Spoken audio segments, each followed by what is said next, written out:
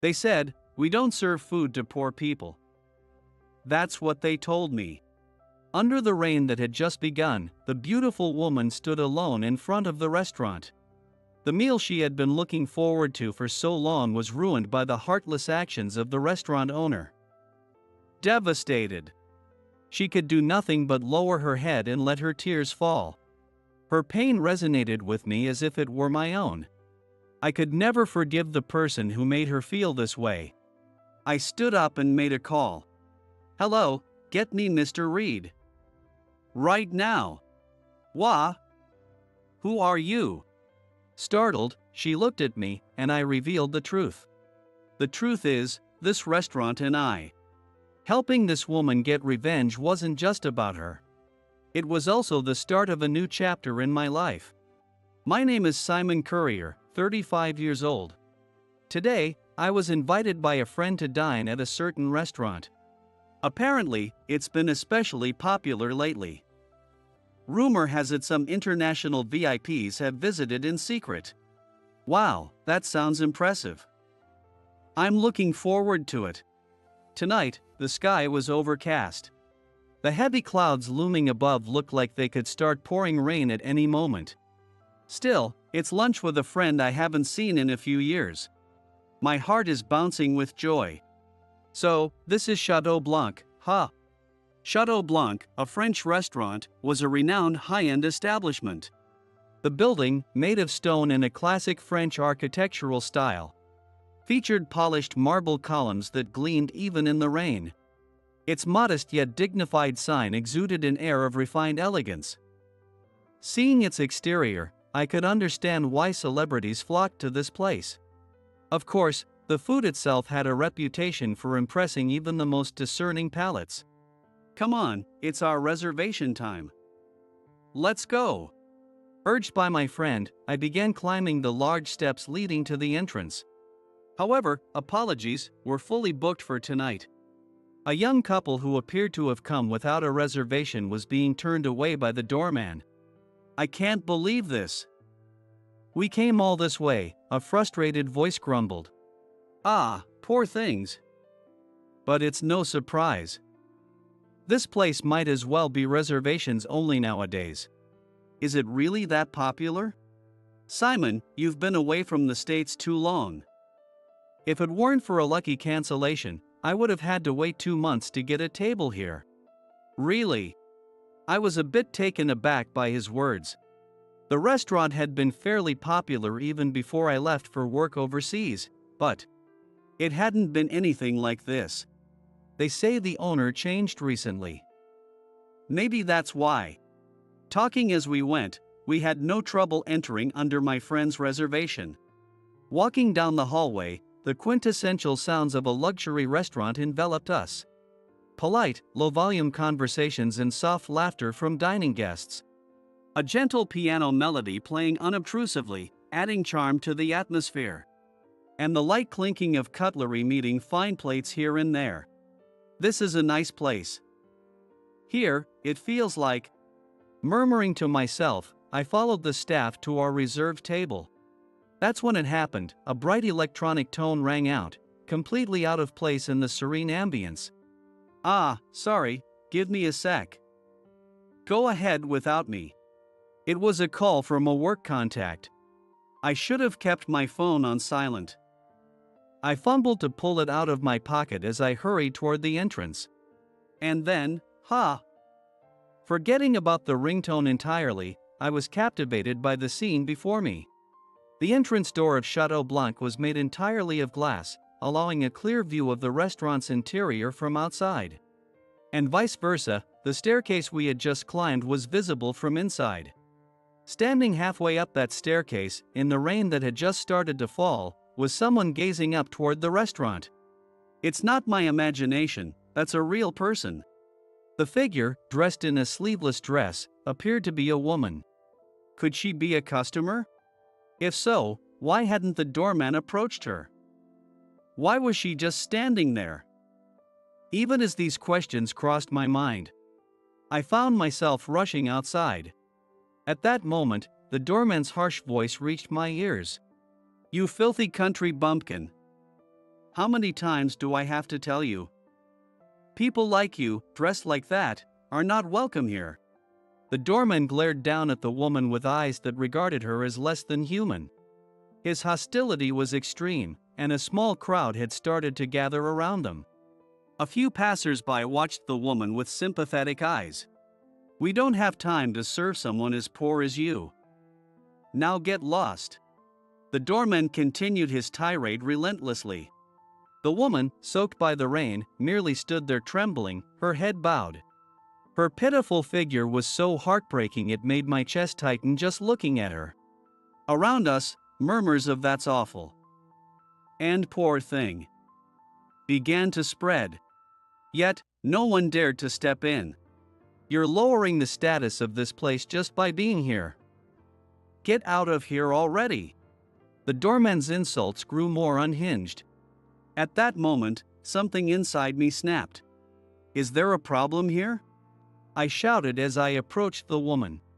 The doorman flinched for a moment but quickly recovered his haughty demeanor. Sir, are you acquainted with this lowly woman? My apologies, but people like her, this trash, don't belong here. My anger reached its boiling point. What do you think you're doing? I stepped closer to him. No matter the circumstances, how can you humiliate someone like this? Who do you think this restaurant is? The woman raised her face, looking at me with tear-soaked eyes.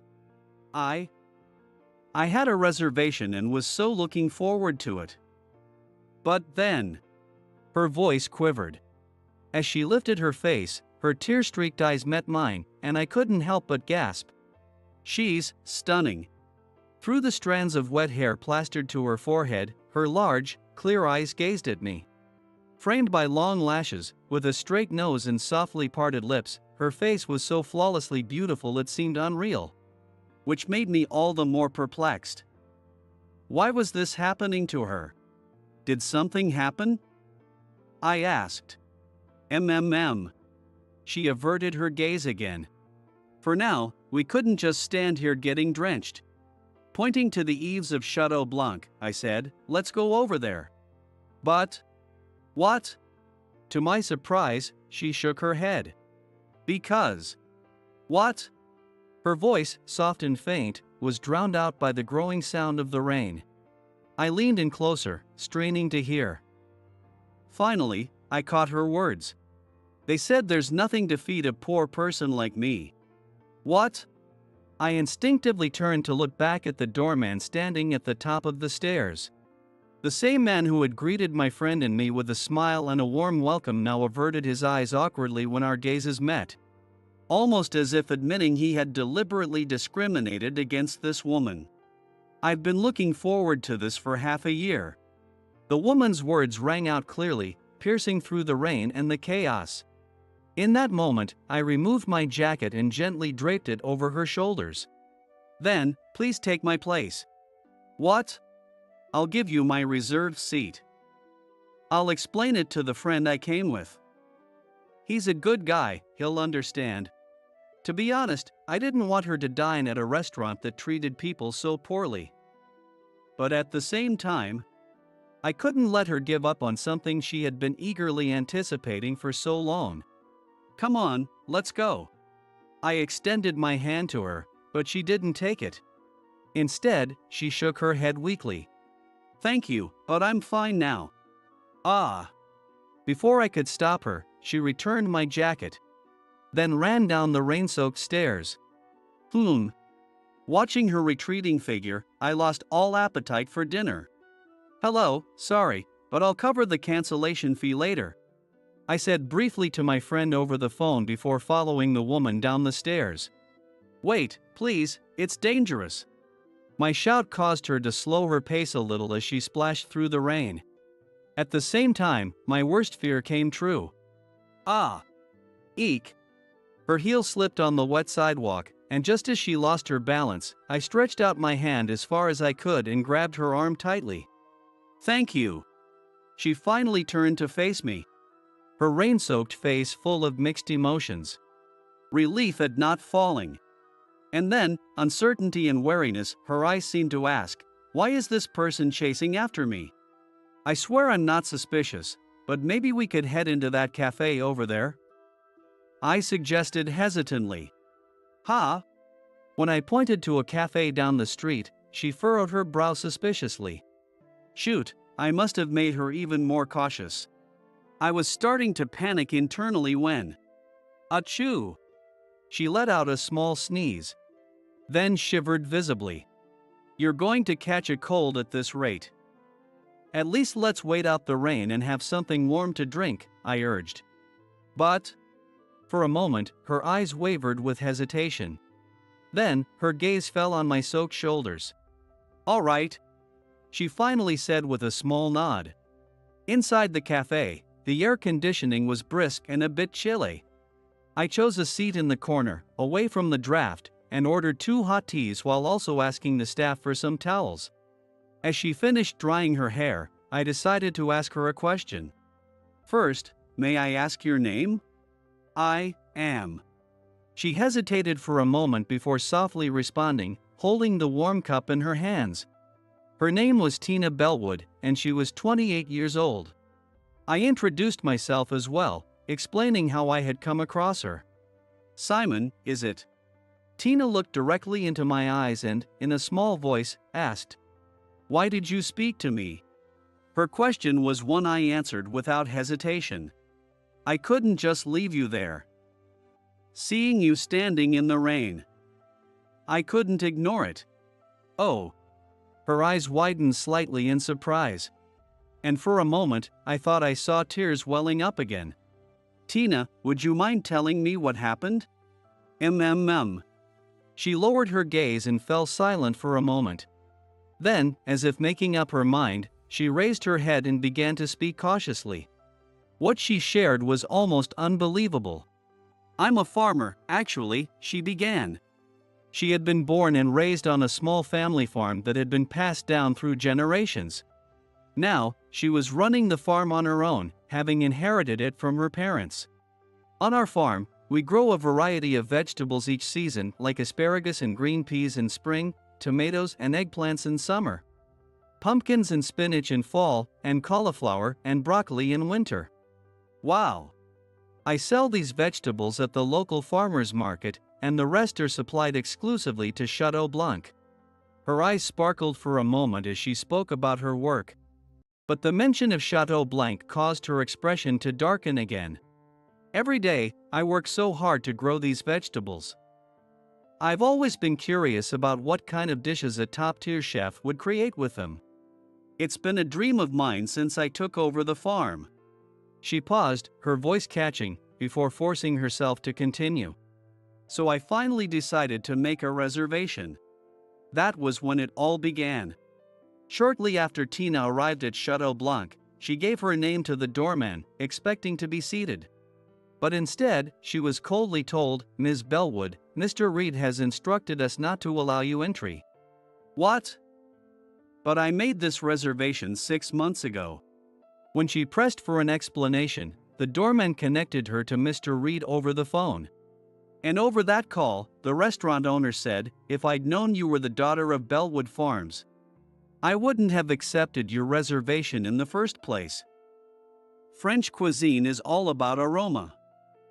A sweaty, muddy farmer walking in would ruin everything. Surely, you're not standing at the main entrance in your usual filthy work clothes? Even on a normal day, your presence is unbearable. Don't disgrace us or our properly dressed guests. The final blow came as he snapped. There's no food here for poor people like you, before abruptly hanging up. That's awful. My hands clenched into fists as I struggled to contain my anger. By the time Tina finished recounting her story, she had fallen silent, her head hanging low. A small droplet of water fell onto the table. It wasn't rain, but her tears. I looked up the dress code, made sure to follow it. I even put on makeup, something I don't usually do. Her voice trembled as she clenched her fists tightly on the table. More tears began to fall, dripping onto her hands and pooling on the table. Her blue dress, simple yet elegant, was a perfect match for her clean and graceful demeanor. The hair accessory holding her golden locks and her shiny pumps, all soaked and ruined by the rain, spoke of her anticipation for the day. Every detail was something she had carefully prepared for this occasion, only to have it all trampled on. "But you still look absolutely lovely," I said softly. "What?" She lifted her tear-streaked face, looking at me with a faint, weary smile. "I always entered through the back entrance." I never realized how beautiful Chateau Blanc looked from the front. The pure white stone walls, the marble columns, the glow of the chandelier through the doors. It was like a castle I dreamed about as a little girl. I just wanted to take one last look before leaving. That was why she had been standing on the stairs in the pouring rain. Unforgivable. Anger welled up in me again. How could she speak so fondly of a place that had treated her so cruelly? The actions of Chateau Blanc, and especially the words of Mr. Reed, were beyond reprehensible. As a human being, and as someone involved in the culinary arts, he had utterly failed. I took a deep breath, suppressing my anger, and put on a smile. "I'm sure they must be amazing." "What?" Tina asked, startled. "The vegetables you grow. Supplying them to a high-end restaurant like that. I must have missed out on something incredible by not tasting them." As I joked lightly, Tina lifted her face. "Of course, they are," she said with conviction, her eyes shining brightly. "I pour my heart into growing them. I adjust the soil preparation for each season and vegetable. I use pesticides only when absolutely necessary and always aim to minimize their use. Every day, I check the crops carefully to ensure they're healthy and have the nutrients they need." Wow! Admiringly, I thought to myself, I knew it. She loved her vegetables, and she loved farming. With so much care and passion poured into her work, her produce couldn't possibly be anything less than extraordinary. That's incredible. I don't think I've ever met a farmer with as much passion as you, Tina. Simon, are you? Tina tilted her head curiously. I decided to tell her that I was a French chef. That I was particular about sourcing my ingredients directly from farmers I met personally. "You're a chef?" "Yes." "If it's all right with you, could I visit your farm someday?" "What?" "I'd like to see it with my own eyes, the passion you put into growing your vegetables." "Well," Tina's eyes widened, and her expression began to brighten visibly. "Absolutely." She stood up with such force that her chair scraped loudly against the floor. She reached out as if to grasp my hands but hesitated and quickly pulled back. "Ah. I'm sorry," she said, looking down, her expression uneasy. "What's wrong?" I asked, puzzled. Tina glanced at her hands, then spoke hesitantly. "My hands, they're so rough. It's embarrassing." Slowly, she showed them to me. Her hands bore the unmistakable marks of hard work on the farm. Calluses from handling tools, stains under her nails that wouldn't wash away despite her efforts. And countless small scars she probably didn't even remember getting. I looked at her hands intently, then gently wrapped them in mine. "These are..." My voice trembled with emotion. "The hands of someone who truly loves what she does. The hands of someone who loves her vegetables." Tina looked up at me, surprised. Her eyes reflected a mixture of uncertainty and hope. "You should never be ashamed of hands that work this hard," I said with a gentle smile. "These hands are proof of your passion. They tell the story of soil you tilled, seeds you planted, water you poured, and love you nurtured." Tina stared at me, speechless. I continued. "Every callus and every scar on these hands speaks volumes about how much care you've given to your vegetables. To me, these hands are incredibly beautiful." At my words, tears glimmered in Tina's eyes. "Do you really mean that?" Her voice trembled. "Absolutely," I replied with conviction. "You should never feel ashamed of them. These hands are your pride. Tina smiled shyly and slowly clasped my hands in hers. No one has ever said anything like that to me since I became a farmer. Please, come see it, my farm, tomorrow, if you'd like. Tea tomorrow. Yes. I'm so happy that a professional chef wants to see it. I'm so glad I took over the farm. It was as if she had cleanly forgotten what she had just been subjected to. Tina smiles a carefree, full smile. She had no idea that ever since she took my hand, I'd been aware of just how bold I had been, my heart racing uncontrollably. She's beautiful, I thought.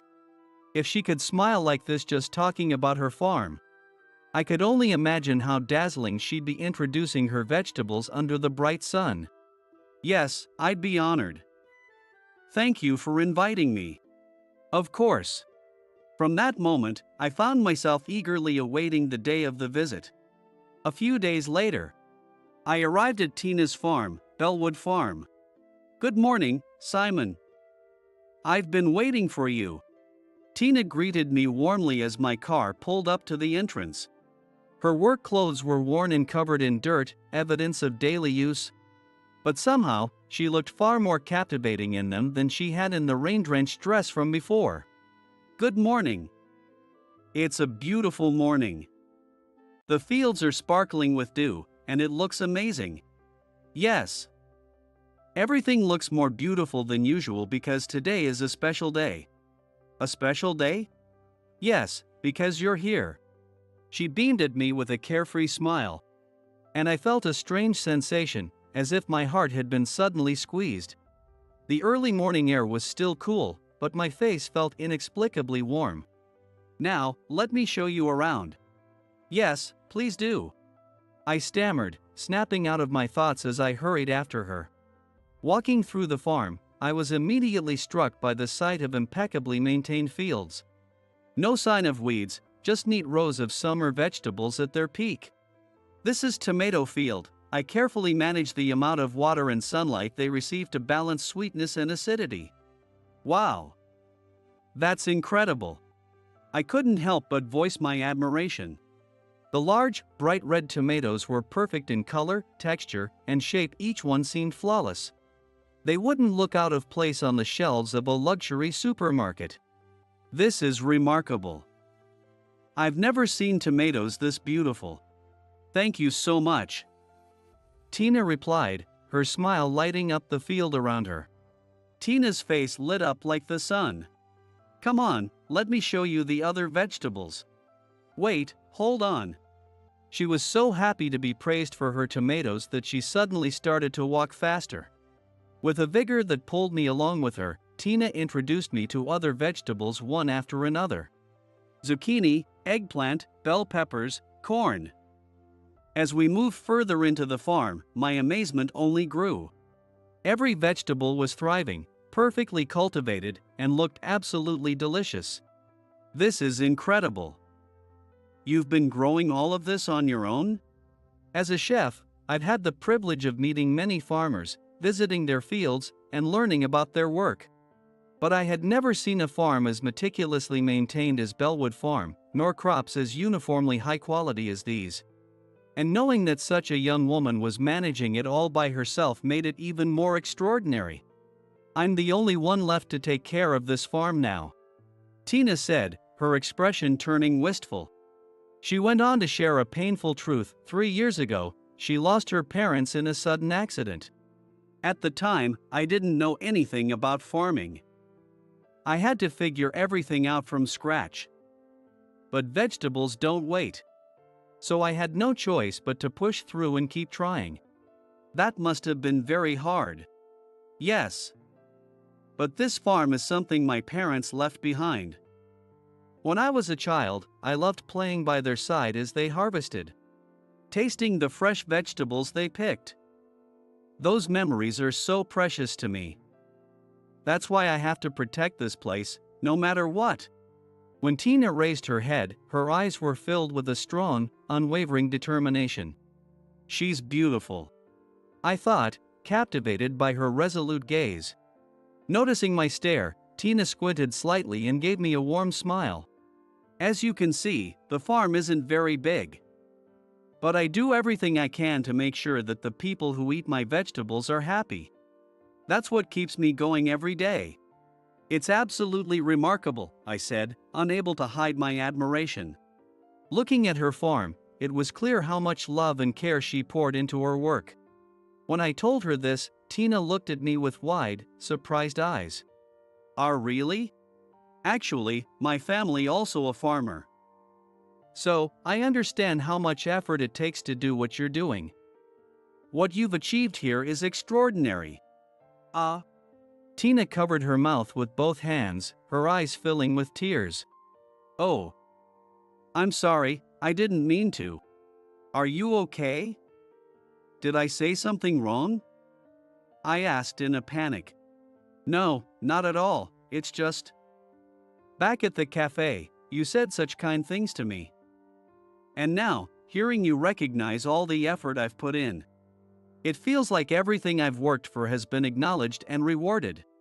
She smiled at me through her tears. And before I realized it, my hand had settled on her shoulder. Of course. Your hard work is incredible, Tina. You should be proud of yourself, no matter what anyone says. Simon. Sorry. I quickly withdrew my hand, realizing how presumptuous I might have seemed. Tina's eyes widened slightly, and we both averted our gazes awkwardly. I'm sorry. It's okay. The silence between us felt heavy, and the tension lingered in the air of the field. Wanting to break it, I turned toward her with determination and asked loudly, "Is there anything I can do to help?" As a thank you for showing me around, let me help you with something. Anything at all? Oh, no. You've already done more than enough by complimenting the farm. She waved her hands emphatically, looking a bit flustered. Then suddenly, her expression changed. She seemed to have thought of something. Looking up at me with hesitant, hopeful eyes, she softly asked, "Then, would you mind helping me with a bit of harvesting? It's a lot for me to handle alone." Of course. When I nodded, Tina's face lit up like a sunflower in full bloom. For the rest of the morning, I helped her with the harvest. This year, we had so many sunny days that managing the water levels was tricky, but as a result, we've grown some wonderfully sweet and delicious tomatoes. She said, sharing stories of the challenges and joys of farming as we worked. Her every word overflowed with love for her vegetables, and her gentle gaze often drew my eyes away from the work at hand. Wow, it's already lunchtime. You must be tired, Simon. When the work was finished, he invited us to Tina's house near the farm, saying, "Would you like to have lunch with us?" I try to eat the vegetables that aren't fit for sale myself, since they taste just as good. If you'd like, I can whip up something simple. That sounds great. I'd love that. About 20 minutes later, the delicious aroma filling the kitchen was enough to make my stomach growl. "Tina, can you check the oven for me?" "Sure." "Oh wow, it looks amazing." She peeked into the oven, her voice full of wonder. As I plated the dish from the frying pan, I nodded in satisfaction. Despite throwing it together with what was in the fridge, it had turned out well. But still, all done. We have stuffed tomatoes, zucchini gratin, and ratatouille made with all the summer vegetables we harvested today. Wow! Tina's eyes sparkled as she looked at the vibrant dishes laid out on the table. Thank you, Simon. You helped with the farm work and even made such a luxurious lunch for me. Well, I am a chef, after all. Making lunch is just another morning warm-up. If anything. The truth was, I felt like thanking her. It had been a long time since I'd enjoyed cooking this much. Her exceptional vegetables were what made it so special. Shall we eat then? Eagerly, Tina took a bite of the gratin first. Wow! Her eyes widened in shock. This is unbelievably good. I used the same zucchini and seasonings as always, but it's completely different from what I make it. I'll take that as a compliment. Encouraged by her reaction, I took a bite myself. Whoa! I stopped, stunned. It's incredible. Right? No, it's more than I imagined. The zucchini's juiciness and lack of any bitterness paired perfectly with the creamy bechamel sauce. Believing Tina's words that our vegetables don't need any prep work. I just washed and cut them, and without a doubt, it was the best gratin I've ever made. These are amazing, Tina. The eggplant, the tomatoes, the bell peppers, not just how they look but how they taste, too. They're phenomenal. It's only because you cooked them, Simon. This is the most delicious meal I've ever had in my life. You're an amazing chef. No, it's thanks to your vegetables. We devoured the meal, barely able to stop ourselves, while chatting enthusiastically about farming and cooking. The conversation flowed so easily that we lost all sense of time. Oh, it's already this late, Tina said, suddenly noticing the clock. It was well past 1 p.m. Sorry, I didn't mean to keep you this long. I stood up, reaching for the dishes to help clean up. At that moment, our fingers brushed as we both reached for the same plate. Ah. Sorry. Tina quickly pulled her hand back, her cheeks tinged with a light blush. Noticing her reaction, I felt my face heat up as well. No, it's my fault. Thank you for the meal. Suddenly, I couldn't look her directly in the eyes. Carrying the dishes to the sink, I hurriedly excused myself and left her house, my mind swirling. Wait, Simon. Just as I was about to get into my car, Tina came running toward me, waving her hand. Simon, will you come back again? What? I had such a wonderful time today, and I'd love to see you again. Is that okay? Tina. There was no way I could say no. I shook my head and replied, of course. I'd love to help out again, as long as you'd have me. Really? Her face lit up with such joy that the image stayed with me long after.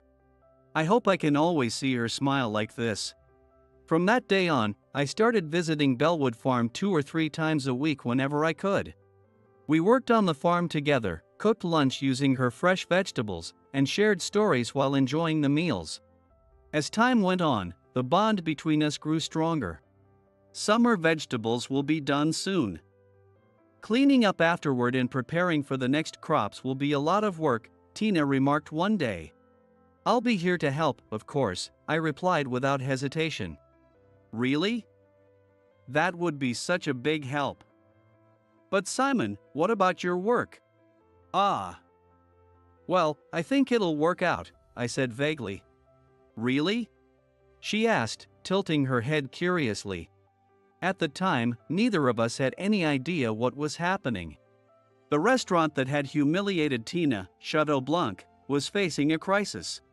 One that would soon spill over and bring Tina her biggest challenge yet. That day, we were busy with farm work under a gentle afternoon sun. The atmosphere calm and peaceful. Just as we were about to take a break, a phone began ringing. Ha! Who could that be? Tina pulled her phone from her pocket, her expression quickly stiffening as she looked at the screen. It's from Chateau Blanc. Do you think there's something wrong with the vegetables? As a matter of fact, Chateau Blanc had been trying to bargain down the purchase price for vegetables with some difficulty for some time. I knew that Tina had been treated badly, and I had also heard such stories. Hearing that name, I had a faint feeling of uneasiness in my heart too. Hello, this is Bellwood Farm. This is Tina speaking. She answered, taking a deep breath to steady her voice. A moment later, she exclaimed, "What?" loud enough to make me jump. What do you mean? That's so sudden. Tina? Sensing something was wrong, I gently called out to her.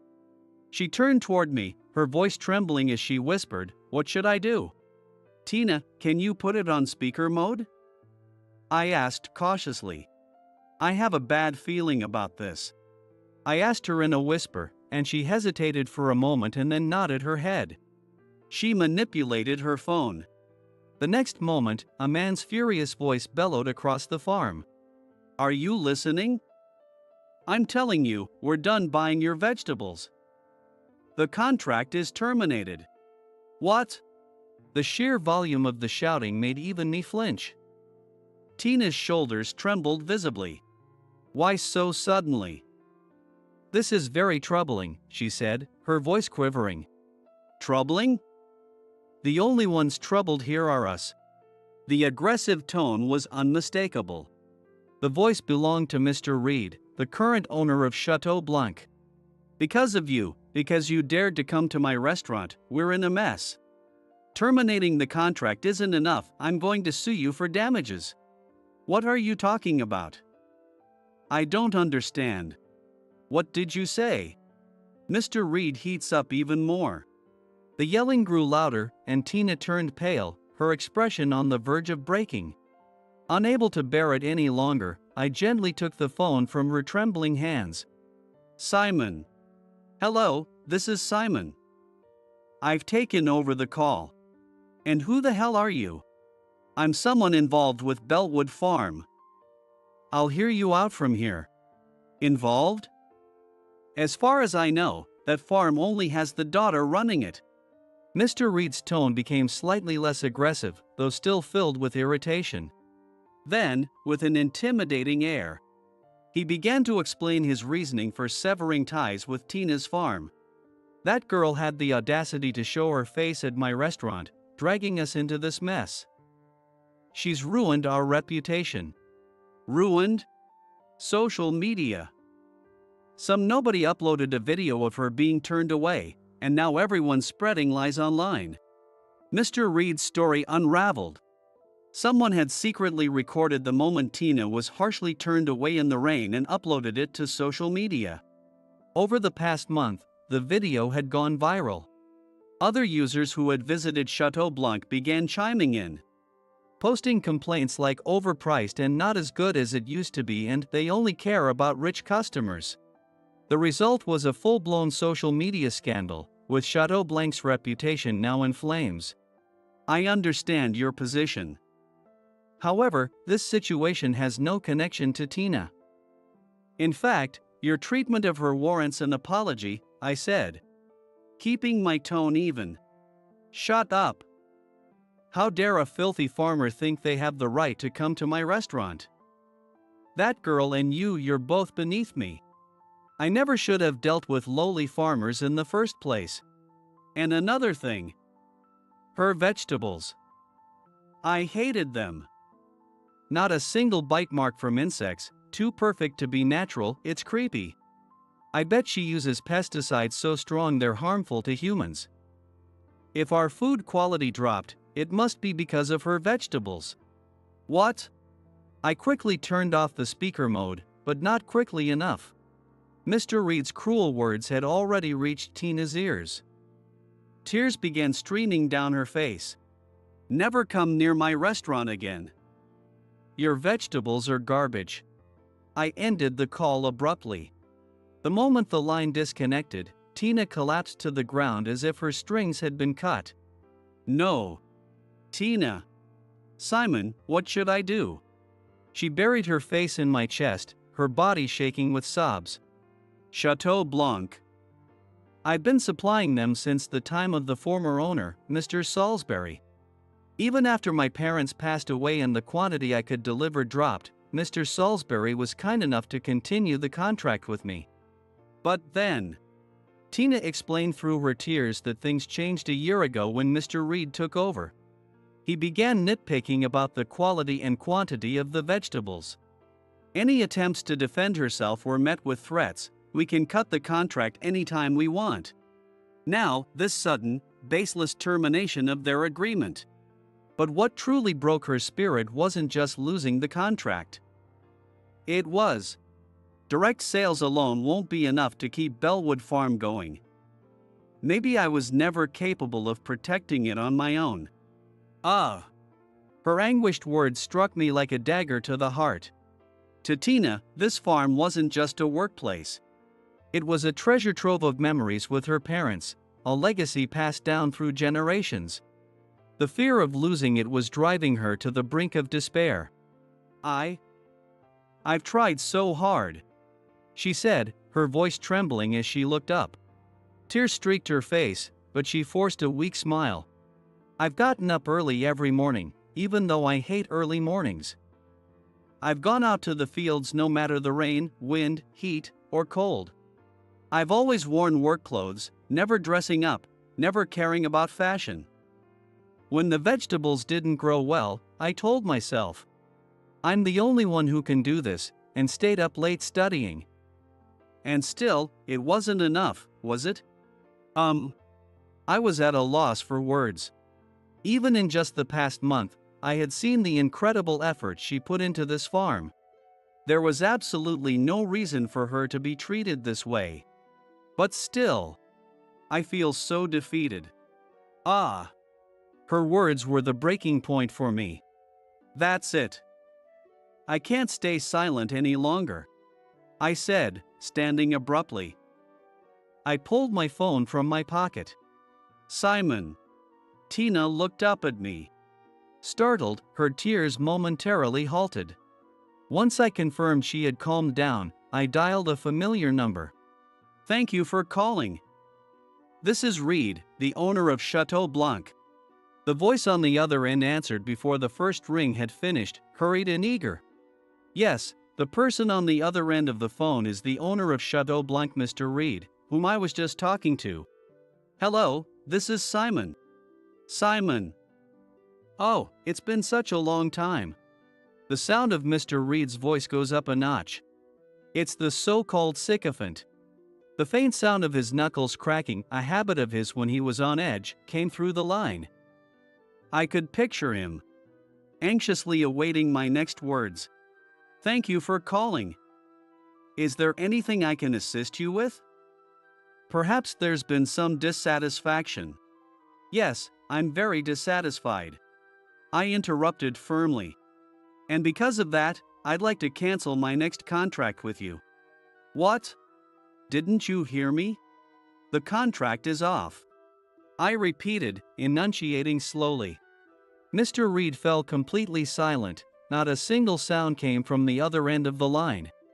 Taking advantage of the pause, I turned to Tina, who looked at me in confusion. "Tina, can you search my name, Simon Courier, online?" "Ha? I'm sure you'll find out soon enough. I'd been interviewed quite a bit for a while." "Oh, okay." Puzzled, Tina began searching on her phone. Then, right after that. "What?" Her eyes widened with a small cry. "Simon. Is this real?" She turned her phone toward me, her face a mix of shock and disbelief. On the screen was a profile highlighting the illustrious career of Simon Courier, renowned French chef. At the age of 20, he moved to France to begin his culinary training. Won numerous international cooking competitions. Became the youngest ever head chef at a Michelin-starred restaurant. Acclaimed by celebrities and notable figures. Sorry for not telling you. That's who I am. I had dreamed of becoming a chef as a child and pursued the dream against my parents' wishes by attending culinary school. Through relentless effort, I was recommended for study abroad and left for France after graduation. For 10 years, I dedicated myself entirely to training in an unfamiliar environment where I barely spoke the language. The effort paid off. And I was scouted by a Michelin-starred restaurant where I worked until recently. I returned to the US after receiving an irresistible offer from a prestigious restaurant. Why didn't you tell me? You're such an incredible person. Well, just as she was about to reveal the reason to Tina, that's when it happened. The silent Mr. Reed raised his voice, looking terribly flustered. This is unacceptable. I've already sent press releases to all the major media outlets. We've been heavily promoting your appointment as the head chef of Chateau Blanc. Yes, the offer I had accepted came from none other than Mr. Reed. As part of Chateau Blanc's 30th anniversary celebration, he had persistently begged me to join as a temporary head chef, claiming it would be the highlight of their event. Reluctantly, I had agreed, thinking it would also be an opportunity to refine my skills in French cuisine for an American audience. The announcement party is in a week. Please, tell me what's wrong, I'll do anything to fix it. Anything? Yes. Then, come to the location I specify right now. Of course. Mr. Reed immediately agreed. The location is. What? When I revealed my current location, there was a stunned silence on the other end of the line. Exactly 30 minutes later, a luxury car roared onto the farm and screeched to a halt. Simon! Mr. Reed stumbled out of the car, his face pale and his legs wobbly. It was clear that he had figured it out. The lowly farmer he had insulted on the phone was connected to me. Ah! I knew it. The moment he saw Tina, the color drained further from his face. He opened and closed his mouth like a fish, utterly frozen. You asked me what I was dissatisfied with, didn't you? Do you understand now? Yes. I do. Mr. Reed nodded furiously, his eyes darting around nervously. Yet, he couldn't bring himself to say what needed to be said. Frustrated, I decided to deliver the blow myself. Good. In that case, consider my appointment as head chef cancelled. I'm sorry. Suddenly, I thought he was kneeling on the ground. The next moment, Mr. Reed became postured with his hands folded in front of his chest and began to apologize. The vegetable contract will remain. I'll ensure it continues. And Tina will be personally invited to dine in our most exclusive VIP section. Please. Simon, losing this contract would be devastating for us. I beg you. Well, watching him grovel so shamelessly, I couldn't help but smirk internally. The once overbearing Mr. Reed now looked like a completely different person. I turned to Tina, ignoring Mr. Reed's pleas. This is why. They've already issued press releases, so searching my name will lead you to articles about Chateau Blanc. I didn't want you to know I had agreed to work for someone like him. After hearing my explanation, though her expression was still one of disbelief, I see. But if I accept his apology, would you still take the position as head chef at Chateau Blanc? She looked at me hesitantly, but I shook my head firmly and replied. I refuse. Mr. Reed let out a foolish sound, his arms going limp. I cook with a firm belief in my principles. I want to create food that anyone can enjoy, savor, and feel comfortable eating. That's the reason I've honed my skills. I cannot work for a restaurant owned by someone who discriminates against others based on their occupation. It goes against everything I stand for. And I can't forgive what you said earlier either. The reason Tina's vegetables are so consistent in quality is because of her incredible effort. She minimizes pesticide use, removes pests by hand, inspects her crops meticulously every day to detect diseases early, and only delivers the very best vegetables to her customers. These are first-rate products made by a dedicated professional, something someone like you, who lacks the discernment to appreciate them, will never understand. Take it back and apologize. As I stepped closer and looked down at him, Mr. Reed began trembling violently. Then, suddenly, he shot to his feet, leaning aggressively toward me. Don't mess with me. Don't get cocky, you little brat. His face turned red with fury, veins bulging on his forehead as he screamed. Intimidated by his intense expression, I instinctively stepped back. But he immediately closed the gap again, his anger unrelenting.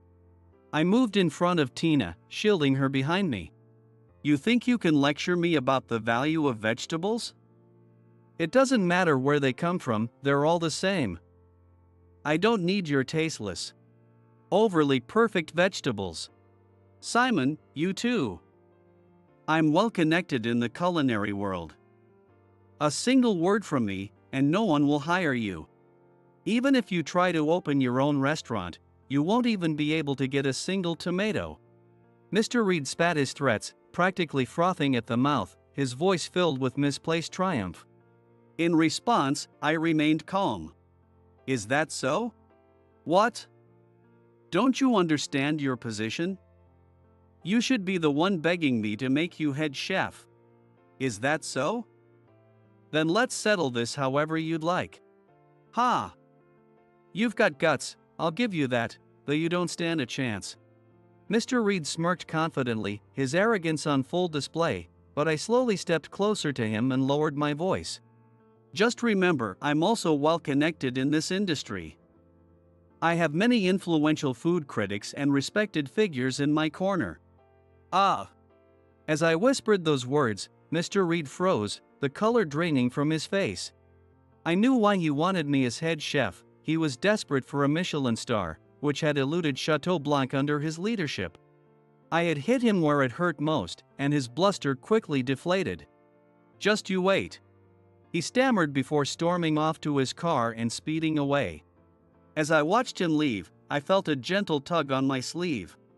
I didn't want someone like that buying my precious vegetables anyway. Thanks to you, Simon, I feel so much better. But this means Bellwood Farm might really be in trouble now. I nodded to Tina, who gently lowered her eyes, and I nodded to her and said, "It's okay. Don't worry. I have an idea. And I think you'll like it." An idea? Shortly after, news broke through various media outlets.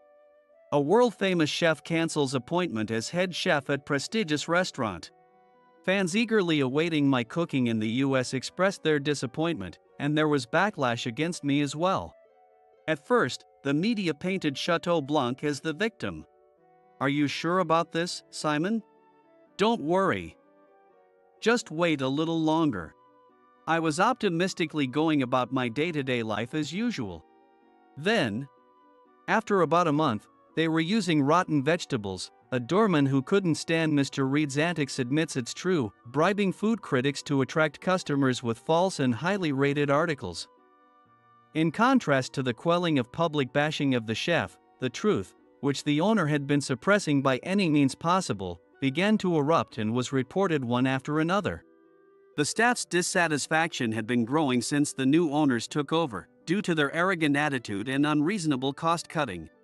The owner of the restaurant told them, "We have changed our suppliers. So you chefs and servers have to do something to keep the customers from finding out about the inferior and bad-tasting vegetables." The staff, who had been working with pride, finally exploded in frustration and leaked the truth to the media as if competing with each other. And I wanted to stand up for my beliefs. I will never regret it, even if it means being ostracized from the culinary world. The timing of the publication of the article on the chef who so boldly stated this may have been the coup de grace for the owner. Chateau Blanc has a rattled reputation. Mr. Reed, in particular, was the culprit behind the cancellation fiasco and was bashed even more than the chef. On the other hand, Simon, I'm adding a seasonal salad and soup set. Got it. This one's ready to go. I'll take it out. The lively exchange between the chef and the staff in the kitchen blended seamlessly with the cheerful conversations of the diners. This is our farm-to-table restaurant, built on a section of Bellwood Farm and dedicated to showcasing the incredible vegetables Tina grows. Offering fresh, farm-picked vegetables transformed into delicious and healthy dishes, the restaurant has quickly gained a reputation. In just 6 months since opening, it's been fully booked nearly every day. Thank you. Thanks to you, Simon, I've been able to protect Bellwood Farm. And look, it's the most wonderful feeling to see people enjoying what I've worked so hard to grow. Tina narrowed her eyes as she watched the halls where everyone was smiling and enjoying the vegetables. She is more than happy to see people enjoying the vegetables she has painstakingly produced. Her expression tells the story. So I couldn't help but smile as well. Let's open a restaurant together. I am so glad I suggested that. The cancellation fiasco also brought about an unexpected publicity effect, and many people from far and wide are coming to visit. For the time being, it looks like we will be very busy with farm work and running the restaurants. Incidentally, behind our success, Chateau Blanc, which continued to lose customers, quietly went bankrupt before we knew it.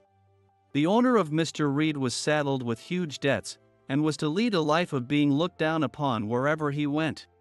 "Tina, I need to talk to you," I said one evening after we had closed up for the day. I had called her out to the terrace. "What is it?" "You're being so serious," she asked with a gentle smile. Her kind expression made my heart race. When she stood beside me, I took a deep breath and began. "Tina, I love you." "What?" She froze, her eyes widening in shock. Beneath the starry sky, her cheeks turned a deep shade of red. "I've wanted to tell you for so long, but I couldn't find the right moment, or the courage. I kept putting it off, and now, finally." Tina stared at me for a long moment, then averted her gaze. I've loved you for a long time too, Simon." "Really?" I asked, almost disbelieving. "Yes. But I thought someone like me could never be good enough for you." "What?" "World-famous chef and simple farmer. I thought the gap between us was too wide, so I tried to give up on my feelings." She gave me a sad smile, her voice tinged with self-doubt. "Simon deserves a more suitable partner." "No, that's not true." I grasped her hands tightly, surprising her. I looked straight into her surprised eyes and pleaded my feelings. "Tina, I've always felt the opposite." "What do you mean?" "Well," I explained how, as the eldest son of a farming family, I had chosen not to inherit the farm and instead pursued a career in cooking. Perhaps that was a debt somewhere in my heart. No matter how much success he achieved in the culinary world, the thought of what if I had taken over the family business never went away. At that time, meeting you and helping out on the farm. At first, I wondered if it was my way of trying to make up for that guilt. I worried that I was using you to fill a void I couldn't deal with myself. "Simon." But still, I couldn't give up. I kept talking. "What drew me to you was your unwavering dedication to farming. The way you pour your heart into growing the best vegetables, never cutting corners. Always thinking about the people who will enjoy your produce. That strength captivated me. By the time I realized it, I had fallen completely in love with you." Hands worn and calloused from farm work, covered in small cuts and blisters, yet they were the gentlest hands in the world. I took those hands, which I thought were the most beautiful in the world, and held them again, softly. "Tina, you're the best farmer in the world. Someone like me, still learning, isn't worthy of someone as amazing as you." "Simon." Before I realized it, Tina pulled her hands away, but only to throw her arms around me, embracing me tightly. In the cold night air, I felt a warm sensation spreading across my back. It was the warmth of Tina's hands. I want to grow even better vegetables. I still have so much to learn." "Then we're the same." "Yes, so stay with me, always." That was her reply to my confession. Her tearful smile stirred something deep within me, filling my chest with warmth. "Of course, forever," I promised, my voice catching with emotion. To the woman in my arms, I vowed to always stay by her side, no matter what the future held. "And I will, too. No matter what, I'll always be with you, Simon," she whispered, reaching her hand toward me with a tender smile. I pulled her close once more, holding her tighter than before. The countless stars above us seemed to watch over our exchange, shining gently as if blessing us. Life changes through unexpected encounters. I once thought my path was only in cooking. But meeting Tina, someone who faces farming with such dedication, led me to embrace both cooking and agriculture as my way of life. If you ever find yourself lost in life, take a moment to look around. You'll find someone living their life with a radiance so bright that it inspires you to step forward on the path you truly want to take. Just having that person nearby will naturally guide you to look ahead. And one day, you too might live in a way that encourages someone else to keep moving forward.